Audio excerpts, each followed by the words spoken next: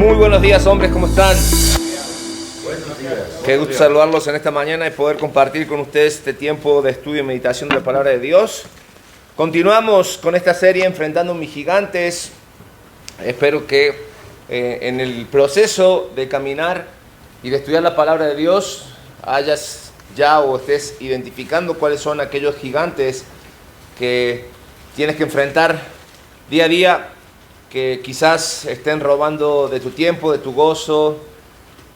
Y la semana pasada, estudiando la vida de David y de Saúl, nos dimos cuenta cómo el miedo es uno de los quizás detonadores de muchos de nuestros gigantes, ¿no? Como aquel soldado filisteo que era muy grande, sí, puso en jaque a todo un ejército y a un rey.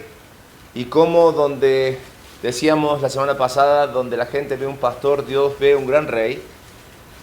Y como aquel jovencito que pastoreaba oveja, que servía al rey en el palacio, pudo ver más allá del problema y pudo ver que los miedos son reales, pero Dios siempre es más grande que cualquier miedo que pueda llegar a nuestras vidas. Y aprender a depender de Él y confiar en Él y hacer las cosas que debemos de hacer. Y así dejamos a David y a Samuel la semana pasada en 1 Samuel capítulo 17, con la gran incógnita que cierra el capítulo 17 de 1 Samuel, donde Saúl pregunta, y bueno, ¿quién es este muchachito? Lo traen ante él y le dice, ¿quién eres? Y le dice, versículo 58 del capítulo 17, yo soy hijo de tu siervo Isaí de Belén. Y ahora había una promesa que cumplir y cosas por vivir, porque David había sido el que había vencido al rey, al gigante.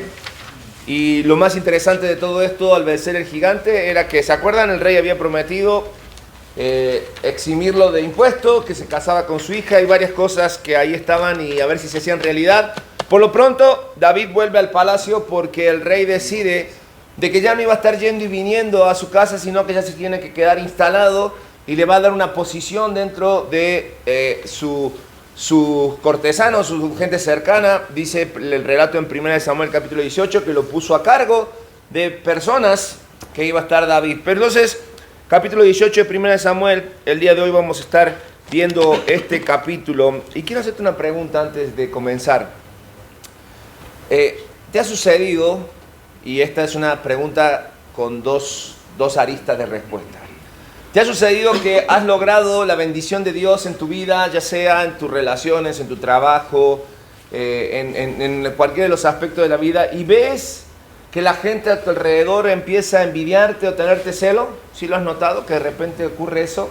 Sí. O al revés, ves a la gente a tu alrededor que es bendecida por Dios y empiezas a sentir una sensación algo extraña, como si fueran celitos o envidia. Bueno, de eso trata un poquito el capítulo 18 y tiene que ver que cuando el favor de Dios, la bendición de Dios despierta a la oposición, ¿sí? Llega la oposición a nuestras vidas. Y vamos a ver en el capítulo 18 que David llega al palacio. El hijo de Saúl, Jonatán, estrecha o hace una amistad muy estrecha con David, a tal punto que ¿vieron esas amistades que tú dices como que nos conociéramos de toda la vida? ¿No? Ahí empezó esa amistad entre David y Jonatán. Y hay un versículo en particular que va a desatar una situación muy puntual. Vamos a la Biblia, 1 Samuel capítulo 18, versículo 6. Dice, aconteció que cuando venían ellos, cuando David volvía de matar al filisteo, salieron las mujeres de todas las ciudades de Israel, cantando y danzando. Esto era muy normal cuando los hombres iban a la guerra y volvían. Las mujeres que habían quedado solas pues salían a festejar que sus maridos volvían, que sus esposos volvían, y más si se habían enterado que la victoria era favorable. Y entonces dice, para recibir al rey Saúl con panderos, con cánticos de alegría, con instrumentos de música. Hasta aquí todo normal, todo bien. Pero ¿qué cantaban las mujeres? Y esto nos va a marcar un antes y un después en la vida o en la relación entre David y Saúl. Dice, y las mujeres cantaban y danzaban diciendo, Saúl hirió a sus 1000 y David a sus 10,000. Y el versículo 9 dice, y se enojó Saúl en gran manera Y le desagradó este dicho y dijo, a David dieron 10.000 y a mí 1.000, no le falta más que el reino. Podemos ver lo que detona el corazón de este hombre Saúl es los celos, la envidia. Otro problema que desata gigantes en nuestras vidas y en nuestros corazones. Por eso, ante una situación similar, cuando nos enfrentamos, tenemos que hacernos cargo de la siguiente pregunta. Y la siguiente pregunta para nuestra vida es, ¿qué clase de hombre serás cuando la bendición despierte conflictos en tu vida? Sí, parece una paradoja, parece como algo que no es congruente. ¿Cómo la bendición puede desatar oposición? Es lo que vamos a estudiar. Y para eso hoy nos vamos a ver al espejo de características o 4 características que el hombre puede vivir o puede pasar y puede elegir ser. La primera característica o el primer hombre que nos vamos a ver al espejo tiene que ver con el hombre inseguro, y completamos en nuestras hojas, porque el hombre inseguro convierte la bendición ajena en amenaza personal. El hombre inseguro convierte la bendición ajena en amenaza personal. Versículo 12 de 1 Samuel capítulo 18 dice, mas Saúl estaba temeroso de David, por cuanto Jehová estaba con él y se había apartado de Saúl. Mira, cuando David llega a la casa de Saúl o al palacio, David no entró reclamando el reino que ya le pertenecía, porque él había sido ungido por Dios, ¿se acuerdan? Por profeta Samuel. Él no entró diciendo, a ver, Saúl, hazte un lado, vengo a reclamar lo mío. No vino ni siquiera a boicotear el reino de Saúl. David no tuvo la necesidad ni siquiera de humillar a Saúl y decirle, Dios lo ha desechado, él ha hecho mal las cosas. No. David llegó con una actitud totalmente diferente. Pero cuando el hombre vive lejos de Dios, cuando el hombre se ha alejado de Dios, la fidelidad del otro, que el otro sea realmente transparente y fiel, le va a causar incomodidad. Lo que debería inspirar le está causando ahora a Saúl amenaza. Lo que debía alegrarle, oye, puedo encontrar en David un aliado, un hombre que si Dios está con él, puedo usarlo al favor del reino y juntos construir algo, ¿no? Construir algo, pero no, todo eso le irritaba a Saúl de tal manera que lo empezó a ver como un rival. No lo consideraba a David como esa bendición que había llegado a su casa. Y ese es el efecto que causa la inseguridad en el corazón de nosotros los hombres. Cuando la inseguridad se instala en nuestras vidas, nos vuelve incapaz de celebrar lo que Dios hace en otros. Proverbios capítulo 14, versículo 30 dice, el corazón apacible es vida de la carne, mas la envidia es carcoma de los huesos. Yo sé que muchos estamos en la edad que ya no sabemos qué nos duele, identificar qué nos duele, ya nos duele todo, ¿no? Pero podemos identificar ese dolor de huesos como un dolor profundo, molesto, ¿no? Imagínate que algo está ahí, rascando, sacando así los huesos. Es un dolor, a ver, vamos a pensar en algo que podemos detectar. El reuma o la reuma, como le dicen, ¿no? Cuando los cambios de clima, el dolor de hueso. Ahora eso, súmale que te lo están raspando al hueso. Es un dolor, bueno. La envidia hace eso. Molesta, incomoda. En vez de reuma ya es una artritis. Ándale. Entonces, un hombre inseguro no va a necesitar ni siquiera un enemigo real. Va a haber enemigos en todos lados. Cualquier actitud que llegue para sumar, el hombre inseguro lo va a ver como un enemigo. Y era lo que le estaba pasando a Saúl y es lo que nos está pasando muchas veces a nosotros. Por eso, no hablamos necesariamente de los Saúles que tenemos alrededor, sino quizás el cuestionamiento para nuestras vidas es, ¿no será que muchas veces en áreas de mi vida me estoy pareciendo a Saúl? Y en lugar de disfrutar la bendición de los otros, cómo Dios obra en los demás, me estoy volviendo celoso o envidioso y veo enemigos donde no lo hay. Rápidamente puedes cuestionarte esto en situaciones cotidianas, en situaciones como cuando otro hombre prospera a tu alrededor, en tu trabajo, en tu familia, en el ministerio en el que estás. Cuando otro hombre prospera, ¿cuál es la actitud de tu corazón? ¿Cuál es la respuesta hacia eso? O cuando otros hacen lo que tú no has podido lograr. Cuando otros consiguen lo que tú no has podido conseguir en el caminar de tu vida. Más aún, cuando tú ves la bendición de Dios en la vida de otros hombres. ¿Cómo reacciona y acciona tu corazón? A eso en la jerga normal le decimos el orgullo herido. Porque si algo presumimos los hombres es de ser orgulloso. Es algo que nosotros mismos hemos conseguido. Lo veíamos la semana pasada. Cuando te preguntan cómo estás, nunca vas a decir mal. Siempre vas a decir, estoy bien. A lo sumo puedes decir, pues bien. Ahí vamos, ¿no? Pero nunca, porque eso es orgullo. Y cuando el orgullo es picado, es como que ya no me queda nada. Ya no me queda nada. Santiago capítulo 3, versículo 16 dice, porque donde hay envidias y rivalidades, también hay confusión y todo tipo de maldad. De nada sirve la envidia en nuestros corazones, ni los celos, sino que generan confusión, contienda y un corazón desagradecido con Dios. Con Dios. Y muchas veces nosotros disfrazamos la inseguridad de madurez. Decimos, es que yo estoy en otra etapa. Es que yo ya no estoy para ese tipo de situación en mi vida. Y lo único que estamos haciendo es simplemente mostrar a través de la inseguridad nuestra inmadurez. Pablo le va a escribir a los Gálatas lo siguiente: no seamos orgullosos. Wow, acá no es ni siquiera una opción, ¿no? Es una orden directa. No seamos orgullosos, ni sembremos rivalidades y envidias entre nosotros.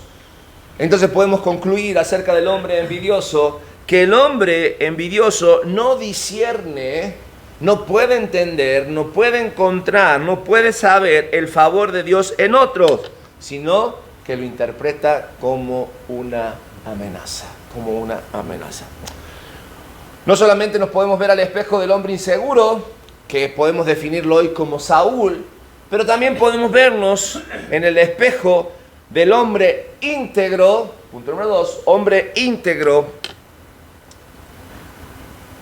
que no deja que la oposición defina su carácter. Algo que nosotros como hombres podemos desarrollar, no cambiar, sino desarrollar, es el carácter. Y fíjate lo que dice el versículo 14, la primer parte del versículo acerca de David. Y dice, y David, porque para entender el contexto vamos a ver el 13. Cuando se dio cuenta que Jehová estaba con él, entonces Saúl lo alejó de sí y le hizo jefe de 1000 y salía y entraba delante del pueblo. Y David se conducía, versículo 14, ¿cómo dice? Prudentemente. David se conducía prudentemente en todos sus asuntos. Mira, Saúl, que podría haber aprovechado la presencia de David como bendición para su reinado, como bendición para su pueblo, como bendición para su propia vida, en tenerlo como aliado, porque el favor de Dios estaba con David. Él lo había visto. Saúl decide poner distancia y decide no tener casi nada que ver, mientras más lejos mejor. Pero lo más curioso de todo esto, que en lugar de Saúl cambiar para bien, Saúl cambió para mal. Saúl cambió para mal. Desde aquel momento decide Saúl que David se va a convertir en su enemigo íntimo. Y lo interesante es que la actitud de David, sabiéndose ungido por Dios para ocupar el trono que Saúl tenía en esos momentos, la actitud de David hacia el rey no cambia. Sigue siendo aquel hombre que está cercano a Saúl para ayudarlo, para poder estar cercano a él y ver cómo pueden juntos sacar esto adelante. Y lo interesante es que Saúl dejó llenar su vida de celos, de envidia en su corazón. En cambio, de David dice que él caminó con prudencia.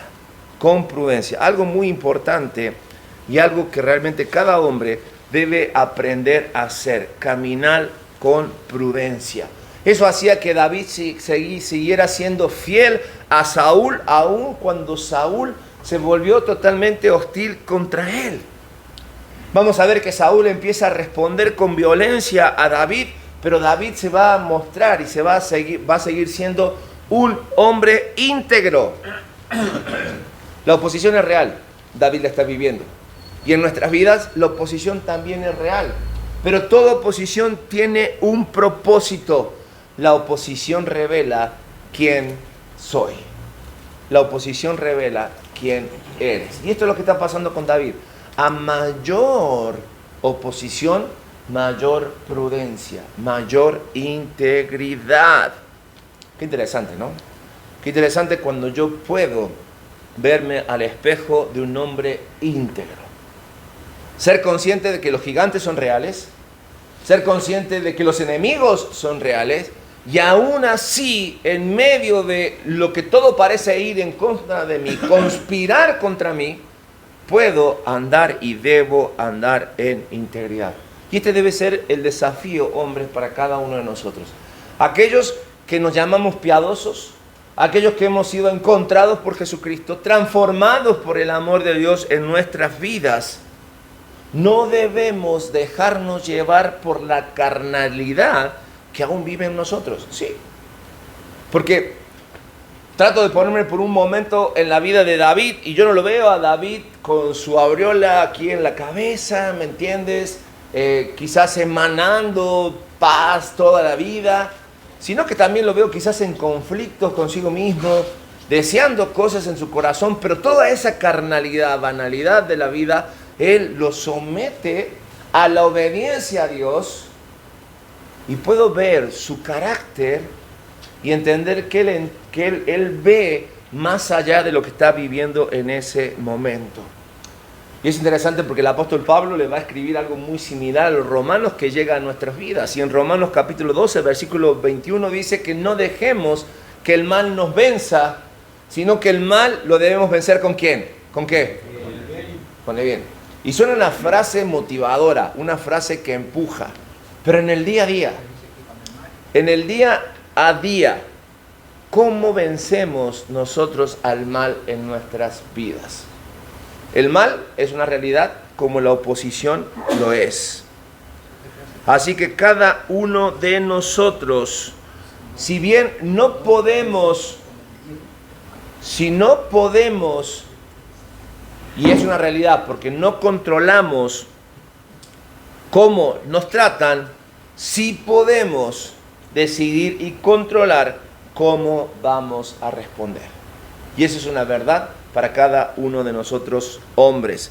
Porque hay hombres que a través del maltrato en su vida justifican las acciones del hoy. Hay hombres que han sufrido maltrato en su vida y entonces por haber sido heridos ahora dicen que son duros porque así se les enseñó. Que son cínicos porque así los trató la vida. Que viven aislados o son agresivos porque no conozco otro tipo de vida. Sin embargo, cuando Cristo llega a nuestras vidas, transforma nuestras vidas. Esas cosas no es que desaparezcan de nuestra historia, pero al transformar nuestro carácter y buscar imitar nuestro ejemplo que es Cristo, debemos entender que el principio es, el mal está presente, pero tengo que vencer al mal con el bien, con el bien. Hablamos del ejemplo de Jesucristo y Pedro lo va a poner sobre la mesa. Primera de Pedro, capítulo 2, versículo 23, dice la palabra de Dios: cuando lo insultaron, ¿él insultaba? No respondía con insultos. Cuando lo hacían sufrir, no los amenazaba, sino que se entregaba a Dios y dejaba que Él juzgara con justicia. Con justicia. Hombres, la realidad es que la injusticia en nuestras vidas es real porque la oposición es real. Todos los días enfrentamos oposición. Y si yo te digo que anotes ahí en tus hojas la oposición que tú enfrentas día a día, vas a ver que son más de las que tú tienes presentes. Más de las que tú has visto o consideras en tu vida. Sin embargo, y completamos en nuestras hojas, la oposición nunca va a justificar perder el carácter, sino que la oposición está ahí para poner nuestro carácter a prueba. Nuestro carácter a prueba. Hemos visto al espejo del hombre inseguro, nos acabamos de ver al espejo del hombre íntegro, ahora nos vamos a ver al espejo del hombre sabio. Y el hombre sabio reconoce ¿cuáles son las batallas que vale la pena enfrentar? ¿Cuáles son las batallas que vale la pena enfrentar? Es decir, resumido esto es, elige las batallas que quieres pelear. Te puedo adelantar que no todas las batallas valen la pena pelearlas. No todas las batallas valen la pena pelearlas. Versículo 16 del capítulo 18, dice la palabra de Dios: mas todo Israel y Judá amaba a David, porque él salía y entraba de delante de ellos. Es decir, David había sido puesto como encargado de personas, Saúl lo había alejado de su presencia, no quería tener mucho roce con él, y aún así David había aprendido cuándo salir y cuándo estar en el palacio. Ya lo conocían, ya lo tenían presente, entonces él salía y entraba, la gente ya lo conocía. Muchas veces nos enfrentamos a personas que, como Saúl, se obsesionan para destruir nuestras vidas, o muchas veces somos Saúles que nos obsesionamos por destruir la vida de otros.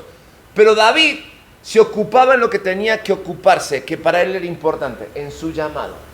Y él decía, de estar todo el día enfrentándome, perdiendo el tiempo, enojarme con enfrentar a Saúl, mejor hago lo que tengo que hacer. Mi llamado. Fui puesto de líder sobre miles, allá voy a estar, a aquel lugar. Decíamos, desde el momento en que Saúl sintió o vivió en su corazón vibró por envidia, por celo, cuando dijeron Saúl mató a sus miles y David a sus 10,000, David se convertía en su enemigo íntimo. Y desde aquel entonces Saúl gastó toda su energía o puso toda su energía en perseguir a David. David dosificaba su energía en obedecer su llamado, en saber que él estaba en el palacio, pero no para ocupar el trono por el momento, sino para dirigir a las personas. Mientras uno vivía distraído, como lo era Saúl, por los celos que carcomían su vida, el otro, David, vivía enfocado en lo que se le había asignado, en lo que se le había encargado. Por eso, hoy vemos lastimosamente, y dentro del pueblo de Dios, a hombres que están agotados, pero agotados por no obedecer a Dios, sino por vivir reaccionando a las personas, ocupados en defenderse, ocupado en tener que dar explicación por todas las cosas que hacen, ocupado por demostrar algo, ocupado por ganar conversaciones innecesarias, enfrentar batallas que no valen la pena. Y eso era lo que había entendido David. ¿Se acuerdan de Nehemías? Nehemías, aquel que era el copero del rey y que Dios puso en su corazón una carga muy, muy grande por su pueblo. Tiene noticias de la ciudad estaba en escombros, en ruina. Entonces Dios pone una carga muy especial en su corazón, ve y a ver qué es lo que puede hacer. Entonces en aquel momento habla con el rey, Dios le da gracia delante de los ojos del rey y va. Y se encuentra con que todo bajo en ruinas, Dios pone en el corazón construirlo, el rey le apoya, le da cartas, le da dinero para material, toda la escolta que necesitaba y demás, y empieza a construir. Nunca se esperó que la oposición viniera desde adentro. Había muchas personas que habían aprendido a vivir en las ruinas y de las ruinas hacían sus negocios. Entonces llega un punto en el que dice, ¿sabes qué? No nos está conviniendo esta enemía, nos está quitando el negocio, así que mejor que saquémoslos del mapa. Y se les ocurre una idea porque inventan muchas cosas, mienten acerca de Nehemías. Entonces dijeron, ¿sabes qué? Lo tenemos que eliminar, lo tenemos que exterminar. Llamémoslos a Nehemías, que nos encontremos en el campo y allí platicamos con Nehemías y aprovechamos y lo desaparecemos. Y mandan mensajeros con Nehemías diciéndole, oye, quieren hablar contigo. No los dejes mal porque vas a quedar mal. Así que ve a hablar con Nehemías. Y me encanta la respuesta de Nehemías porque en el capítulo 6 de Nehemías, versículo 3, la respuesta dice, y les envié mensajero diciendo, yo estoy haciendo una gran obra y no puedo descender. Y la pregunta es, ¿por qué ha de detenerse la obra mientras la dejo y desciendo a vosotros? Eso es estar enfocado. Eso es saber elegir qué batallas quiero pelear. Eso es dejar de lado vanas discusiones.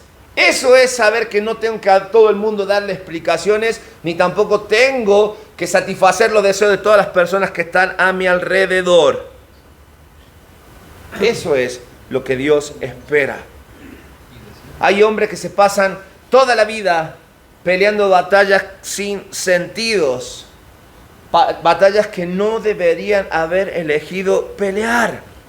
Yo siempre le digo a los jóvenes, ok, las hormonas son traicioneras, el estar enamorado es traicionero muchas veces, pero a veces no elijas pelear batallas que sabes que no debes. No evangeligues a una mujer, perdón la expresión, sino que busca a lo que Dios le agrada para tener bendición y no tener que cargar una lucha que puede durar toda tu vida, que no solamente te va a afectar a ti, sino que incluso le va a afectar a tus hijos. Cuidado, hombres, cuidado. Incluso cuando nos atacan, cuando buscan herirnos, no todo ataque merece que nosotros demos una respuesta. No toda crítica merece una defensa. No toda provocación merece que nosotros reaccionemos. Es más, muchas batallas como cristianos, mira, las ganamos en silencio. Las ganamos en silencio. Pero muchas veces nos dejamos llevar por lo que hay en nuestra mente, en nuestro corazón. Y queremos accionar rápido. Somos hombres. No me puede faltar el respeto. Fíjate lo que dice Colosenses, capítulo 3, versículo 2. Pablo dice, llenen sus pensamientos de las cosas de ¿qué? De arriba. De las cosas de arriba y no de las cosas de este mundo. Porque si yo pienso como el mundo, voy a reaccionar como el mundo. Voy a accionar como el mundo. Y primero voy a golpear y después voy a preguntar. Y no debe ser así. Por eso, mientras el enemigo quiere que nosotros nos distraigamos con los saúles peleando, lo que él está logrando es que nosotros descuidemos nuestro llamado. Sí, porque mientras más nos enfocamos en los saúles en nuestras vidas, más descuidamos lo que Dios quiere que hagamos. Por eso el escritor de los Hebreos va a exhortar y va a decir, puestos los ojos ¿en quién? Jesús. En Jesús, el autor y consumador de la fe, el cual por el gozo puesto delante de él, sufrió la cruz, menospreciando el oprobio, y se sentó a la diestra del trono de Dios. No fue fácil tampoco para Cristo. ¿Se acuerdan del ladrón en la cruz? Él dijo, si tú eres el Hijo de Dios, bájate, sálvate y sálvanos a nosotros. ¿Tenía razón el ladrón de la cruz? ¿Sí? ¿Lo podría haber hecho Cristo? Sí, claro. ¿Cuántos señalamientos? Cuando le dijeron, tú eres el Hijo de Dios, era el momento de rebelarse y quitar a los romanos y tomar el trono y ser venerados por todo. Pero había un propósito mayor. Había un llamamiento que cumplir. Había que obedecer al Padre. Y una vez más Cristo se vuelve nuestro ejemplo. Las burlas, el oprobio, el rechazo va a estar ahí. Pero lo más importante es, ¿para qué me llamo Dios? ¿Para qué me llamo Dios? Por eso, para cerrar este punto, debemos entender que el hombre sabio no entrega su enfoque a los conflictos que no edifican su llamado. En otras palabras, no pierde el tiempo. No pierde el tiempo. Lo que no suma para el llamado de Dios, se desecha. Entonces nos hemos visto ante el espejo del hombre inseguro, nos hemos visto ante el espejo de ¿cuál otro hombre? Íntegro. Nos hemos visto delante del espejo del hombre sabio y ahora nos vamos a ver ante el espejo del hombre fiel. Y el hombre fiel es aquel hombre que aprende que Dios sostiene a los suyos en medio de la oposición. En medio de la oposición. Volvemos al versículo 14, la segunda parte que no leímos, porque dice que cuando David entraba y salía, dice, termina el versículo 14 diciendo, y Jehová ¿qué? Estaba con él. Jehová estaba con él. Y es interesante y clave este pasaje porque no era la espada de David que lo libraba, no era su carisma que le daba gracia delante de las demás personas, no fue la estrategia que él podía utilizar, sino que el gran secreto de David era que Dios estaba con él. Y no era que Dios se había acordado de él cuando ya llegó al trono o cuando llegó allí a estar dentro del palacio con Saúl, porque ya venía con él desde antes. ¿Sí? Demostró que de sus 8 hermanos él era el escogido. En medio de cuidar las ovejas, Dios lo libraba de osos y leones. Cuando decidió enfrentar al gigante, Dios guió la piedra para librarlo a él y al pueblo. Jehová estaba con él. Y esa era la diferencia decisiva en la vida de David. Y esa es la diferencia decisiva en la vida de todo hombre.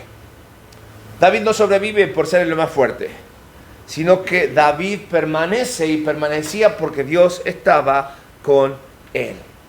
Por eso cuando nosotros vemos esto y analizamos esto en nuestras vidas, nos debemos dar cuenta que la seguridad de nuestras vidas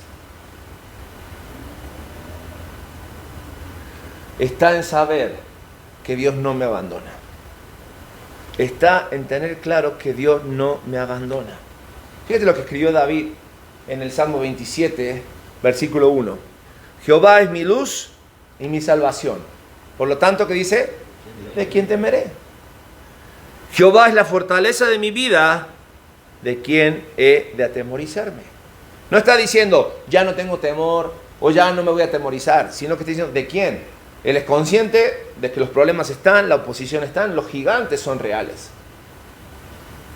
Pero él basa su confianza, su esperanza, su salvación, su fortaleza en Dios.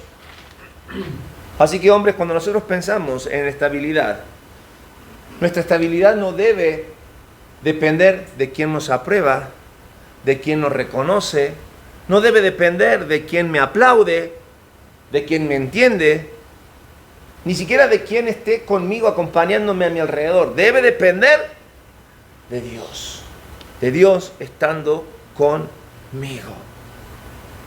Lastimosamente vemos muchos hombres autodestruirse porque construyen su identidad en la aprobación humana. Y si algo tenemos los hombres es que somos muy duros. Somos muy duros. Juzgamos muy rápido y muy duramente. Pero el hombre que sabe que Dios está con él no necesita vivir mendigando que lo validen. Porque Dios lo es todo. Dios lo es todo. Y no necesitamos más. El profeta Isaías va a escribir en Isaías 41, versículo 10: no temas, porque yo estoy contigo. No te desanimes. Yo soy tu Dios, yo te fortaleceré, yo te ayudaré y yo te sostendré con mi triunfante mano diestra. Muy pocos son los profetas que pueden decir que su ministerio fue amable, que su vida no corrió peligro. Por decir casi ninguno. Los estudiamos, ¿no? A los profetas. Llevar juicio de Dios, traer palabra de Dios para enderezar un pueblo, no era el mejor trabajo. Sin embargo, la mayoría de los profetas puede decir que lo hacen porque Dios está con ellos. El mundo que enfrentamos sigue siendo hostil. No le gusta que le digan su verdad en su cara. No están preparados para enfrentar la justicia divina. Por eso te presentan a un Dios de amor que no juzga el pecado. No. Ellos no conciben ese Dios. Pero cuando tú les llegas con la verdad, obviamente que van a odiar al mensajero. Pero nosotros sabemos que no vamos a temer porque estamos del lado que debemos estar y que no estamos solos, sino que estamos acompañados. Pablo en esta misma tónica escribe a los Romanos en capítulo 8, versículo 31. ¿Qué más podemos decir? Que si Dios está a nuestro favor, nada podrá contra nosotros. Termina de leer Romanos capítulo 8 y te viene la lista. ¿Qué nos puede separar del amor de Dios? ¿Qué nos puede separar del amor de Dios? Por eso cuando nos vemos al espejo del hombre fiel, aprendemos que el hombre sostenido por Dios no necesita ser sostenido por la aprobación de otros hombres. Por la aprobación de otros hombres. De un lado está Saúl, del otro lado está David. Las contrapartes. Ambos fueron acompañados por Dios en su caminar. ¿Se equivocaron? Ambos sí se equivocaron. Vamos a ver que más adelante no todo fue miel sobre hojuelas en la vida de David. Sin embargo, había diferencias en el corazón de cada uno de ellos. Su accionar, su compañía, su realidad era muy diferente. y están las realidades para nuestras vidas. Es el espejo en el que nos miramos.